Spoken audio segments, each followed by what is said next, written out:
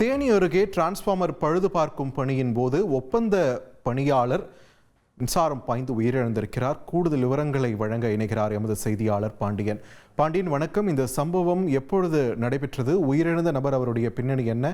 விரிவான தகவலை பதிவு பண்ணுங்க. வணக்கம்.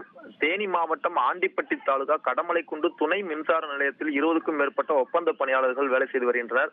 மின்தடை, டிரான்ஸ்பார்மர் பழுது மற்றும் மின்சார விநியோகம் சார்ந்த பாதிப்பு பணிகளை உடனடியாக சீரமைக்கும் பணிகளில் இந்த ஒப்பந்த பணியாளர்கள் ஈடுபட்டு வருகின்றனர்.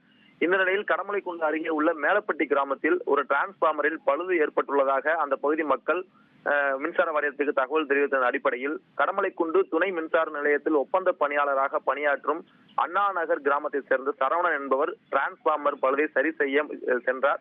மின்கம்பத்தில் ஏறி டிரான்ஸ்பார்மரை பழுது செய்து கொண்டிருக்கும் போது எதிர்பாராத விதமாக அவர் மீது மின்சாரம் தாக்கியதில் சரவணன் மின்கம்பத்தில் இருந்து தூக்கி வீசப்பட்டார். இதனை கண்ட அக்கம் பக்கத்தினர் உடனடியாக சரவணனை மீட்டு கடமலைக்குண்டு அரசு சுகாதார நிலைய மருத்துவமனைக்கு கொண்டு சென்றனர். அங்கு அவரை பரிசோதனை செய்த மருத்துவர்கள் அவர் ஏற்கனவே இறந்து விட்டதாக தெரிவித்தனர். இந்த சம்பவம் குறித்து கடமலைக்குண்டு போலீசார் விரைந்து வந்து சரவணன் உடலை மீட்டு பிரேத பரிசோதனைக்காக ஆம்புலன்ஸ் மூலம் தேனி அரசு மருத்துவக் கல்லூரி மருத்துவமனைக்கு அனுப்பி வைத்தனர்.